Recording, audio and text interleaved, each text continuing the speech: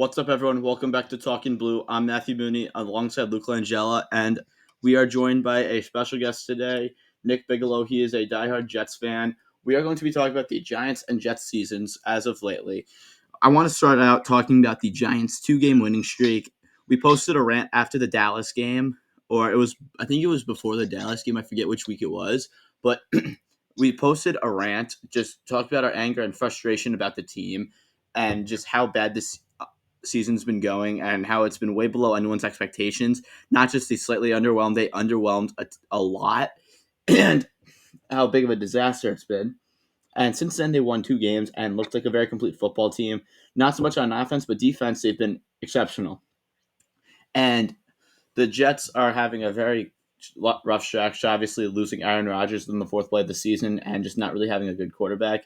Nick, since you're our special guest, tell us your thoughts on this season for the Jets and your thoughts on how it's turned out. Well, first I'd say that it ended 4 plays in, really. We mathematically still have a shot at the playoffs, but it's less than 1%. I feel like the team really rallied together, but there's only so much Zach Wilson can take. He struggled a lot. Really, the mentorship from Rodgers didn't work at all. Couldn't really make reads. He has an arm, but talent doesn't take you that far if you don't know fundamentals, mechanics, stuff like that. I feel like our defense is really good. I'd say it matches up with some of the best defenses in the NFL. But I guess when you have the number 32, 31 offense in the league, and I'd say top 5 defense in the league, you're probably about where we're at now, especially in the modern NFL where teams – it's a lot more offense and defense nowadays. So, yeah. Yeah. Yeah, that's a fair point right there. The Jets defense, as we know, it's one of the best in the league, and the Giants defense, as we know, it's getting there. I mean, last year to this year, there's another big jump between the Giants defense, and you look at what both the Jets or Giants are doing. They both showed it off when they played each other back week 8. That these two teams are relying on their defense, and it both shows. Jets 4-7, Giants 4-8. That really you can't win games just by having a great defense. Your offense does need to produce, and both teams have struggled to put up points, and that's really where they left them below average. When I think both of these teams they're a few players away from really, with the great defense and even average offense, you could really put together a great team, and I think draft free agency will really do both of these teams in well. Yes, you're right, especially with the Giants having a $47.5 million cap space. It could go up and it could go down depending on what kind of moves we make before the offseason starts, or we could do something now that could increase or decrease cap space. But you have a lot of cap space, which is a positive for us. It's going to help us going into the offseason. You did make a good point there. You have to have a good both a good offense and a good defense to really thrive in this league. Obviously, defensively, if your defense can really contain a top offense in the NFL, but if your offense can't put up points, you're not going to win games. And that's something we've seen with the Giants. For example, let's look at the Bills game. The defense absolutely balled out. Micah McFadden and Bobby Okereke looked like the best middle linebacker duo in football that night. And the offense just really couldn't produce. It was a bad call at the end of the game. It should have been PI against someone on Buffalo holding Darren Waller, and it would have been very hard for him to make that catch, which would have been the game-winning touchdown. It was a frustrating loss.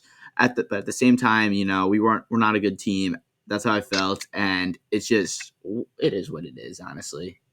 Yeah, and that's a fair point right there, Matthew. Looking at it, that Buffalo game and Jets game, I think anyone could agree the Jets game toss-up, really any team could have taken that, but especially the Buffalo.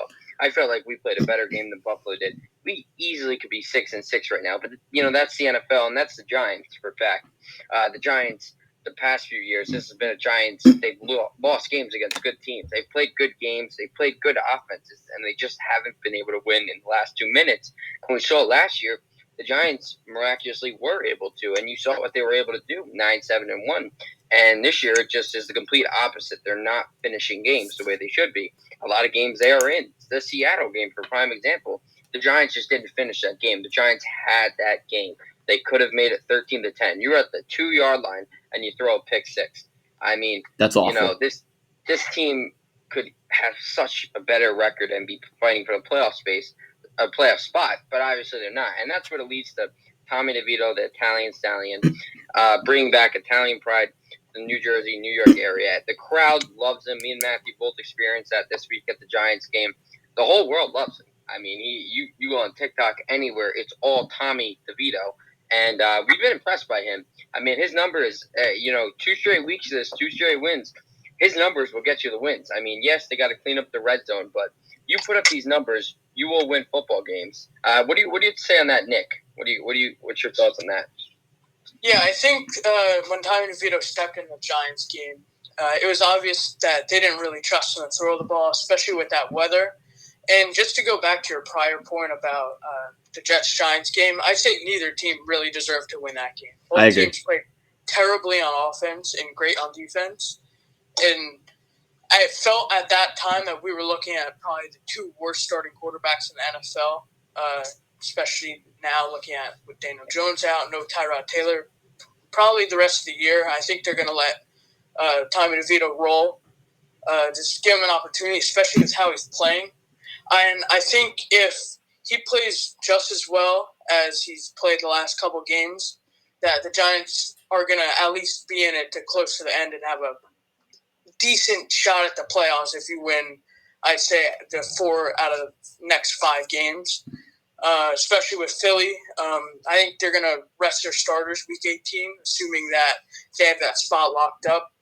And I kind of remember the Davis Webb last year in the Galladay on Darius Slay in the end zone. That type of game I could see happening again with them resting their starters and the Giants having a prime shot to sneak into the playoffs. And I think it'll be I think DeVito will get a lot of praise from that, especially seeing – and Tyrod didn't play bad in his opportunity, but I feel like there's only so far you can go with Tyrod, especially with injuries now. I feel like it's starting to catch up to him a lot. And I like what you said there with DeVito. I mean, there's some kind of hope that's there. I think from the whole New York fan base, I think really everyone, seeing just a local kid go out there and ball out, it's bringing something new. And I mean, everyone's rooting for him. I really don't care what team you're on. Everyone wants to see this kid do well. And, we want to see it too. I'd say this, he has a great story and everything, but if he goes on a 3-game, if he would have lost the last 2 games, his story would have been over. People would have said bench him, bring back Tyrod, but he hasn't. He's proved he's an NFL quarterback. He played twice, 2 great games. You look at these throws. He's making NFL throws. And he's getting the job done. And he's just bringing back that hope in the Giants, and that's what we need right now. Regardless of what happens the next 5 weeks, it's going to be hard. But I think, Matthew, you could agree with me on this. We just want to see the team go out there and play hard and just give us that hope that maybe it could happen. Yes, I absolutely agree with you. I don't know about playoffs, but I do want this team to go out there, battle, and give us hope that it could potentially happen. Who knows at this point? You saw the Jaguars do it last year. A horrendous start, and then they turn it around. And Steelers as well. Them as well. That's another team. And even the Steelers, I think you're seeing this year, like, their offense is not good at all, but they're a lot better than, for, say, the Jets, for example. They're at least scoring some points, and with a great defense, you're going to win a lot of games there. And a great running attack, too. 100%. They have a 1-2 punch with Warren and Najee. And I think both Jets and Giants could agree that's what they'd like to have. Obviously, both teams don't have that. Yeah, and I feel like that's kind of where coaching comes into the picture. Because, as we know, the Steelers don't have a great offensive line. They made some signings. Some of them are good. Some of them haven't really panned out to be great. But I think we're seeing a lot of coaching. Because even without a great offensive line, they're scheming up ways to get their best players involved. Whether it's Pickens on the go ball once or twice a game, because he's always going to come down with that 50-50 ball up top. And I think now we're starting to see Jalen Warren kind of explode now. Yeah, and Najee too, though. 15 carries, 99 yards this week. And I was just looking at it on Twitter before. They were showing the Alabama best Alabama players. He was on that list, and the big guy circled was Jalen Hurts and Xavier McKinney. Matt, we've been talking about him a lot. I mean, I think at some points earlier in the year we were saying cut him do not re-sign him. We weren't impressed with him, but I mean, he's proven why he should be a Giant next year. Xavier McKinney he's been phenomenal. He's put up 10 tackles in the last 3 games. He had his first interception, but he's been playing such good football. I mean, we have 2 great safeties. We have Jason Pinnock. I mean, Micah McFadden, Fabio Pericki, Kayvon Thibodeau, Deontay Banks, Adoree Jackson had a big game. All these guys coming out and balling out that I love to see it. Guys like Adoree and Xavier McKinney have a lot to prove. I don't know if the Giants will sign him, and I still don't know if Adoree Jackson will be the move, but Xavier McKinney has proved he is a top safety in this NFL. I mean, he racks up tackles like a middle linebacker. I mean, when your guy has 86 tackles so far and he's a safety, you're doing something right. And I mean, I think he has to be a Giant for the next few years. Matt, you got any opinion on that? I agree with you. So I remember I was playing on a video over the summer, talk about potential extensions, and I have a Xavier McKinney extension right here for you guys. I definitely want him back. Give him a 4-year deal worth $30 million, so $7.5 million per year, which is what I came up with over the summer. Do you think that would be a fair deal or not?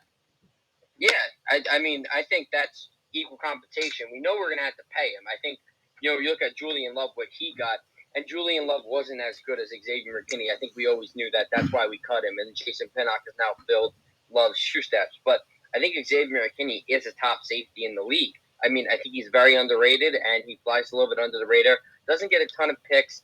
He's not elite in coverage. He's good in coverage. But his ability to fly down the field and make big tackles has really been carrying this Giants defense, almost like another middle linebacker. Nick, how do you feel about that contract?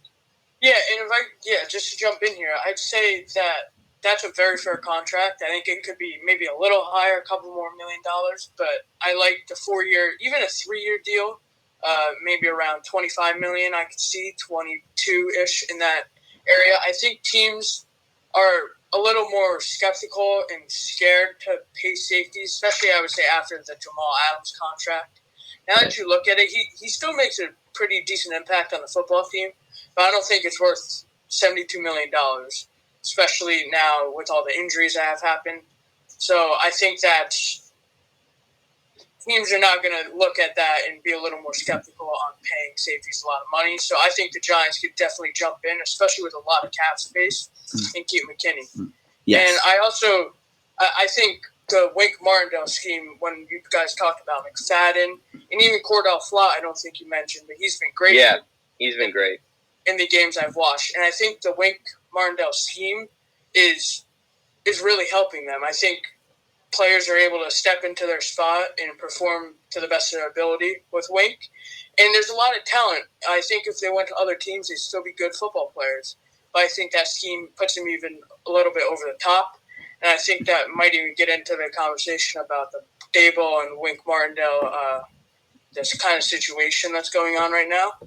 Yeah, and Matt, talk a little bit about that. Talk a little bit about their little debacle we've been hearing about. Yes, it's something I've been wanting to talk about for a little while. Obviously, we talked about firing Mike Kafka, like how we want that to happen. We both want that as Giants fans. But with Martindale and Dable, I heard rumors that it was bad, but when the head coach and the defensive coordinator don't get along, it's obviously going to have a very bad impact on the team, because then let's say you have a really good head coach and a really good defensive coordinator. You got a good coaching staff going there, and you lose one of those guys, it's going to be a major blow to your team, like whether it's on offense or defense. And I really hope Martindale stays. Brian Dable may or may not have put that rumor to bed. Last week, he said the biggest fight they've ever had was who had the slice of pizza. I don't know if that's necessarily true or not, but I thought I wanted to talk about it to you guys. Yeah, I mean, Wink Martindale, he's one of the best defensive coordinators in the NFL, and we knew that when we brought him. He's done great things at Baltimore. Baltimore, another team that struggled to put up points. He always seemed to keep them in games. That's what we're seeing now. He's doing with the Giants, but I mean, it's never good to have your like Matt said, you don't want that. You never want the head coach to start losing the locker room, whether with his coaches or players, and then it comes to a point where the coach may have to be let go. But I think Dable is trying to keep things under control. And I think what the Giants know is that they're trying to win for the future. They're trying to create something bigger than just a a 1-year wonder like they did last year. You watch Joe Shane's press conference. He said, we're still in the race. The Giants want to finish strong, finish on a high note, knowing that, we had injuries. It wasn't easy. We didn't win games we were supposed to. Bring it into next year and finish higher. Nick, what do you feel about that for the Jets? How they could end on a good note and then push it to next year where you can make a serious run? Yeah, so I think for both coaching staffs, winning down the stretch here is going to be very important for their futures next year. I definitely think Dable is almost a lock to be the Giants head coach next year just because of that last year, that magical run and winning coach of the year there. But I also think that for the Jets and the Giants, that for their defensive and offensive coordinators, it's very important. If you think about the offense coordinator, both of them have dealt with so many injuries, whether it's across the O-line, quarterback, running back rooms. So if they can win some games down the stretch, I could see really all 6 of them, Kafka, Wink, Dable, Saleh, Hackett, and Ulbrich. I could see them all returning next year if they find a way to win some games down the stretch and at least have themselves in a decent position going into next year, especially with they'll probably have, I'd say, top 16 draft picks, both teams. So they're going to be able to add to positions of need, especially whether it's wide receiver for the Giants, like Malik Neighbors, or for the Jets as well, receiver. We could really use a receiver or a tight end, some sort of offensive weapon, especially with Rodgers coming back next year. So, yeah, that's kind of how I feel about that one. Yeah, the draft, too, a lot. I mean, the Giants and Jets probably both looking to have a decent pick, but I think for both of the franchises, so much pride with the New York pride there. No one wants to see these teams finish with a low record to get a good draft pick. I mean, we see it all the time. It doesn't work. I mean, the Panthers are a prime example, a team that has been bad. They get Bryce Young, and they're bad. So, you never want to lose games on purpose. I mean, you end up like Joe Judge, and you'll lose your job. And you don't want to see Dable do that. You want to see the Giants, Jets finish on a high note, solid too. I mean, both these teams, I think, both have a bright future, and I think they have a lot of things to build on in free agency, draft, and the offseason. And I think we could do a little preview now. Matthew, I want you to talk a little bit about Packers game coming up in about a week and a half, and then Nick, I'd like you to talk a little bit about your game this weekend. Okay, so I want to talk. So Giants-Packers Monday Night Football. It's going to be a thriller at MetLife. Packers coming off a great 29-22 win over the Detroit Lions on Thanksgiving. I was very impressed with what I saw. I thought Jordan Love really balled out. And it was against a team like the Lions that they beat. So I'm a little nervous going into this game. But at the same time, I'm going to be honest with you, I do have a lot of confidence. I think this is a team that we definitely can beat. But we'll see down the stretch. We beat them last year. This team has changed quite a bit since then. It's not the same roster, but I think we could pull this off and win with how good our defense has been. We're supposed to be getting Dexter Lawrence back. I think Darren Waller returns, and we might get a few other guys back. But we'll see. It's going to be a very interesting matchup. Hopefully, the Giants can pull it off. And if we can improve our record to 5-8, I think that would be enormous.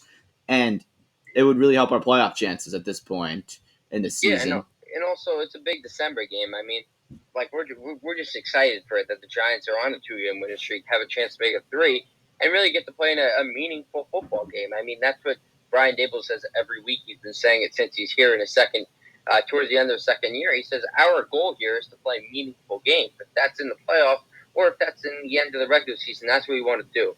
You don't want to play meaningless games. You don't want to be 2-14 and playing your final game of the year. No, the Giants want to finish playing meaningful games. And Nick, the Jets, they can still finish on a high note. What do you expect from them this week?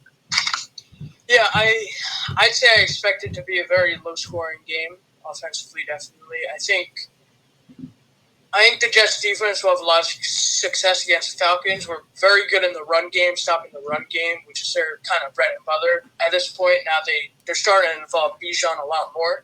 He's a really good football player. So if you can at least limit him, I think you have a very good shot, especially with Desmond Ridder.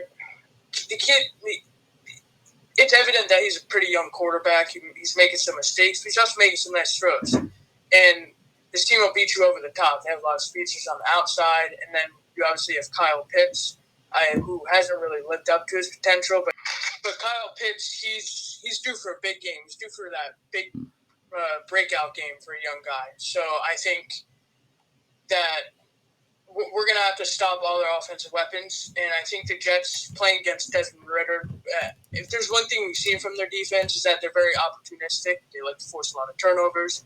And Desmond Ritter is going to be a good option to be able to force turnovers against, whether it's interceptions, forced fumbles in the pocket, that type of thing. And offensively, you have to figure it out. You have to score touchdowns or you're not going to win any football game, regardless of the opponent. So I like to get the run game going. I believe we're getting Wes Schweitzer back, our starting guard now at this point, and Mekhi Becton might be coming back. And you almost hope that Rodgers, at least we obviously heard the news that he got activated. He has a 21-day window. We started practice today. And you hope that can light a fire under them and they can come out and really play for their playoff hopes. At 9-8 in the AFC, there's no way you're making the playoffs. In the AFC, my apologies. But I think that play to Tim Boyle's strengths. He's good in the pocket. He can read a defense. Get the ball quick. Get Brees involved. Doing 20-plus carries. Do what you need to do to win the football game. And, yeah, a well-coached game. Try to play a clean game offensively. No turnovers. And force a lot of turnovers on defense. And I think it'll be a very close game. Yeah, and obviously with the Falcons being another team contending for his playoff spot, we'll be rooting for the Jets, obviously. Falcons have a good record. We hope they get knocked off, and we hope these NFC teams continue to lose, giving our Giants a shot at the playoffs. And I think that really is it. Matthew, any closing statements? That's really it. Hope you guys enjoyed the video. Like, comment, subscribe, share this video with a few friends. And, I thought this was a good episode. We'll see you guys next week. Go Giants.